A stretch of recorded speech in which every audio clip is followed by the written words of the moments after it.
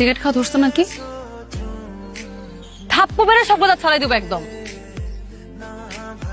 কেউ একজন বলেছিল প্রেমের জন্য নিজেকে কষ্ট দেওয়ার মতো মানুষ সে না। তাহলে এখন এখন সেই মানুষটা নিজেকে কষ্ট দিচ্ছে কেন? সেজন্য কখনো নিজেকে কষ্ট না দেয়। চাকরি বাকরি আজকে নাই, কালকে হবে, আবার পরশু চলে যাবে। জীবনে এমন অনেক কিছু আসবে যাবে, কিন্তু শান্তা কখনো তাকে ছেড়ে যাবে না।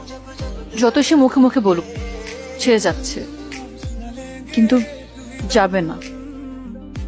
সব ছেড়ে যাওয়া মানে ছেড়ে যাওয়া না।